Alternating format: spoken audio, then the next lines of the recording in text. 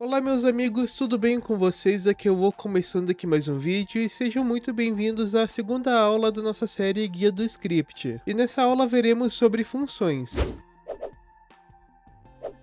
As funções são com certeza um dos elementos mais importantes da programação. Basicamente falando, as funções são literalmente isso que é o nome delas, que você pode programar ações para que o seu script possa fazer. Nós podemos até mesmo comparar com variáveis, até porque funções são meio que um tipo de variável também. Por exemplo, se eu criar uma parte aqui no workspace aqui, eu vou criar uma partezinha para usar de exemplo, colocar ela aqui. Eu vou pegar uma variável e utilizar para pegar essa parte aqui. Então, como que eu vou fazer isso?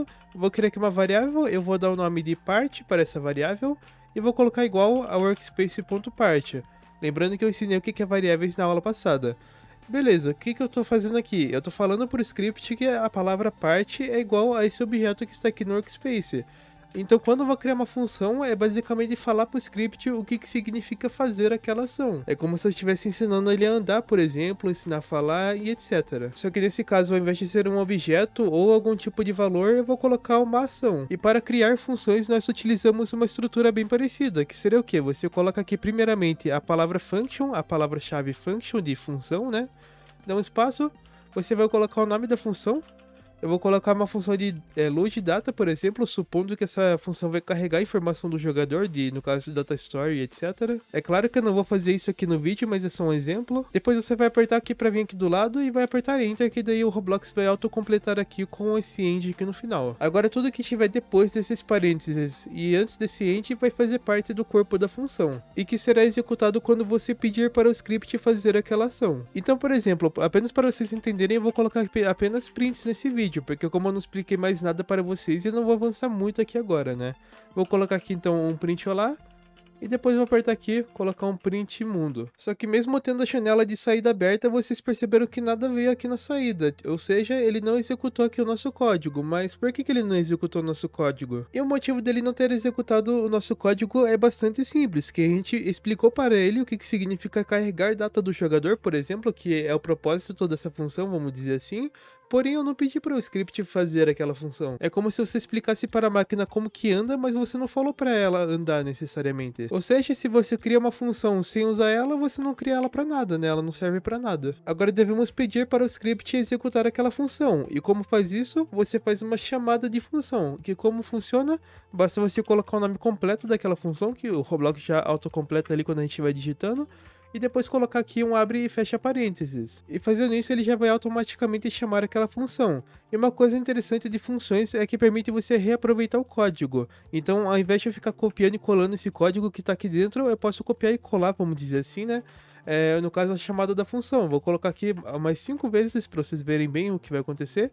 E vou testar aqui agora com vocês, né? Vou apertar aqui o F8 para testar aqui o Roblox Studio. E agora, se vocês forem ver na janela de saída, ele printou aqui, no caso, 10 vezes, né? Porque são duas mensagens e eu pedi para ele fazer aquela função 5 vezes. E é claro que você não vai fazer uma função para ficar apenas printando, né? É interessante você fazer uma função para fazer alguma coisa de fato, alguma coisa interessante. Seja ela carregar dados do jogador, seja ela teleportar o jogador, seja começar um jogo, seja interagir com alguma coisa, enfim, você pode fazer o que você quiser. Porque programação é isso, né? Você aprende os conceitos mais básicos, mais primitivos, vamos dizer assim, para que você possa construir alguma coisa mais complexa do seu jeito. E eu não sei se vocês perceberam, mas o print, ele também é uma função, porque ele também segue essa lógica de eu ter que colocar o nome da função e depois chamar com parênteses. Só que percebo que tem alguma coisa aqui dentro, diferentemente do que eu tinha colocado aqui para vocês anteriormente, aqui nesse load data. E essas informações que a gente envia dentro dos parênteses da função, no caso da chamada da função, se chamam de parâmetros, que com certeza é uma das coisas mais importantes que você vai ter que aprender sobre funções. Eu vou até pegar o exemplo que eu tinha feito aqui com vocês da função load data. Eu tinha criado essa função com o propósito de carregar dados do jogador, só que agora me responde uma pergunta: como que a função vai saber qual jogador para carregar os dados dele? Então deu para perceber que a função ela não tem esse tipo de informação, ou seja, a gente não vai conseguir programar sem essa informação, porque essa informação é essencial para o trabalho da função. Então nessas funções que você precisa de alguma informação para a chamada, você pode colocar aqui dentro dos parênteses. Então eu vou colocar aqui, por exemplo, player. É como se você colocasse apenas o nome da variável, beleza? Então você pode criar vários parâmetros e separar eles pela vírgula. Então você pode colocar aqui, por exemplo, player, depois colocar aqui data store, aí depois colocar service, Enfim, eu tô colocando um monte de palavras aqui apenas para vocês verem que você pode criar diversos parâmetros. Apesar que eu pessoalmente não recomendo você exagerar muito nos parâmetros, eu recomendo 1 até 2 parâmetros ali por função. Mais que isso, eu acho que fica um pouquinho confuso e dá para você melhorar isso com o passar do tempo. Enfim, é basicamente dessa forma aqui que a gente cria parâmetros para aquela função. É como se a gente criasse variáveis que elas só recebem algum valor na chamada da função, ou seja, quando a gente for pedir para um script executar aquela função. E agora, para a gente dar valor para essas variáveis aqui, esses parâmetros que a gente criou aqui na função, a gente precisa colocar aqui na chamada pela ordem da posição daqueles parâmetros. Perceba que o próprio autocompletar do Roblox já mostra aqui para a gente que a função loadData tem 3 parâmetros. Eu vou mandar algumas coisas aleatórias, alguns números aleatórios apenas para vocês verem. Então eu vou colocar aqui no player como sendo 20, vou colocar a DataStore como sendo 50 e o Service como sendo 10. Agora vocês vão perceber que eu vou colocar aqui, ó. Eu posso inclusive colocar tudo no mesmo print. Eu posso colocar da mesma forma. Eu posso colocar aqui, ó, player, depois vírgula, depois data store, depois service.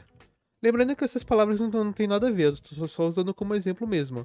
Basicamente ele vai mostrar essas informações na mesma linha. Essa é a diferença de você colocar ele no mesmo print ou separar ali com vários prints, né? E agora vamos executar o código para ver. Perceba que eu coloquei na mesma ordem que eu tinha colocado, apesar que não era necessário, obviamente, até porque foi uma questão opcional minha, né? Mas perceba que ele printou aqui, ó, primeiramente o 20, que é o valor do player. Depois, o valor da data store foi 50, que foi o que eu enviei aqui em segundo.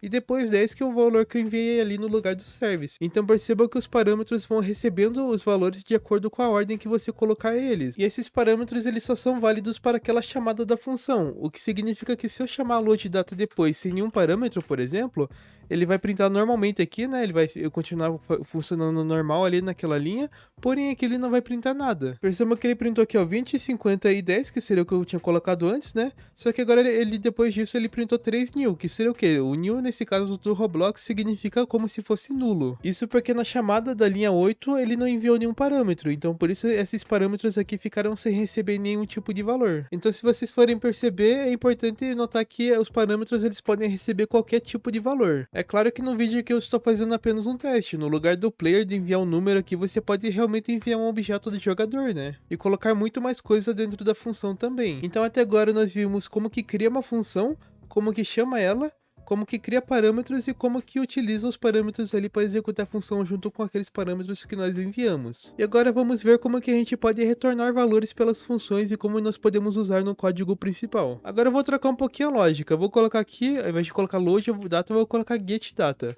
Tirar essas chamadas que eu tinha feito aqui. Vou colocar apenas player. Vou colocar aqui, ó, return. Por exemplo, vamos supor que o inventário do jogador tem essa parte, né? Só um exemplo aqui bem absurdo, só para exemplificar para vocês. O que eu vou fazer? Eu vou colocar o return para retornar alguma coisa e eu vou retornar, no caso, a parte do workspace. Eu vou colocar aqui parte, né? Que inclusive é até a variável que eu tinha usado aqui anteriormente. E feito isso, podemos fazer o seguinte. Eu vou colocar aqui, ó, retorno, uma variável chamada retorno, é igual a getData. E vou colocar o player vazio, porque o player não está sendo usado. Vou até tirar o player aqui de parâmetro, porque por enquanto eu não preciso dele. Beleza? E vou colocar aqui para dar um print no retorno. Eu vou alterar o nome da parte para que fique mais interessante para vocês aí. Vou colocar aqui bloco, por exemplo. Apareceu um erro aqui na janela de saída porque eu esqueci de trocar o nome. Eu tinha trocado ali, mas eu esqueci de trocar aqui no script, o que é uma coisa muito importante de lembrar, né? Agora sim podemos testar de novo. Agora sim, percebam que ele printou bloco. Por que ele printou bloco? Porque bloco é o nome do objeto que ele retornou. Percebam que aqui na variável retorno eu pedi para ele pegar o retorno da função getData. E com a palavra-chave return, a função getData retornou a palavra parte, no caso a variável parte, e a variável parte significa workspace.bloco. E é basicamente assim que você faz o retorno de alguma coisa. Também é importante lembrar que quando você retorna uma função, ela para de executar. Então eu posso colocar quantas coisas eu quiser aqui antes do retorno, então eu posso colocar aqui, por exemplo, um print. Mas se eu colocar um print depois aqui, ó, perceba que a própria função ele marca como errado, porque isso aqui não pode, não faz nenhum sentido você colocar isso depois, porque isso aqui nunca vai ser executado. Então por isso que em alguns vídeos eu uso o return para cancelar funções, porque ele também tem esse uso. Mas naquelas funções que você espera algum tipo de retorno de valor, você pode usar o return para retornar esse valor. Por exemplo, para o script fazer alguma coisa e retornar o resultado. E também tem como você retornar várias coisas separando pela vírgula também, como nos parâmetros, mas eu não vou fazer isso porque senão vai ficar um pouco confuso aqui no vídeo, beleza? Você também pode criar funções de outra maneira, como se fosse uma espécie de variável. Então você pode também fazer isso aqui, ó. Eu poderia ter feito assim, ó, load data é igual a function e colocasse aqui o player, né? Como se fosse carregar a informação de um player. Só que é bem menos comum você ver funções escritas dessa forma. Porque eu pessoalmente acho isso aqui que fica um pouquinho estranho, né? Até porque acaba sendo uma convenção nossa, uma coisa meio padrão de você criar variáveis desse formato aqui para objetos e valores e colocar function ali daquele jeito que eu tinha escrito para vocês para criar ações, né? Então se você faz funções desse jeito aqui, acaba parecendo muito com uma variável normal, o que é uma coisa que acaba ficando bem confusa no seu código, né? Você também pode criar funções dentro de funções e também chamar funções dentro de outras funções. Calma que eu vou explicar tudo isso que eu falei, fiquem tranquilos. Primeira coisa é que você pode criar uma função dentro da outra. Então eu vou colocar aqui a load data, por exemplo, uma função de carregar data, e uma função aqui, ó, por exemplo, player é igual a getPlayer. Aí eu posso criar uma função aqui fora, ou até mesmo aqui dentro, se eu precisar, em algum caso específico. Eu posso fazer aqui, ó, local, só que nesse caso eu tenho que incluir o local, beleza?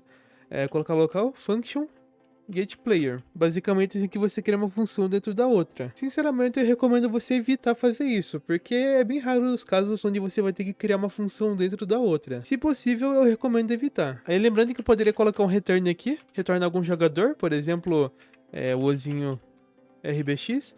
Lembrando que quando eu coloco um return aqui dentro, ele vai retornar nessa função aqui. Esse retorno ele não faz parte da função load data, é importante vocês lembrarem disso. E agora há pouco eu também tinha falado que você pode chamar funções dentro de funções, porque dentro de funções funciona como fora do script, da mesma forma, né? É tudo igual. E percebam que eu estou chamando uma função que está dentro de uma função, né? Uma coisa engraçada. E só para testar isso aqui com vocês, vou colocar aqui alguns prints. Vou colocar aqui, ó, data carregada, dois pontos, e vou colocar aqui print player. Depois aqui eu vou colocar para executar aquela função load data, que é a função onde isso tudo está dentro, né? E agora vamos testar apertando F8. Calma aí que eu só vou tirar aquela função ali que eu tinha colocado aqui, que isso aqui deu erro no script. Eu tenho que tirar, eu só vou deixar isso aqui. E agora perceba que aqui no output ele printou data carregada e depois o meu nome, né? Então vamos interpretar esse código. Primeiramente vamos criar uma função, criamos a função load data que vai carregar os dados do jogador. Depois chamamos aquela função para ser executada. Depois criamos uma função local dentro dessa função load data para pegar algum jogador.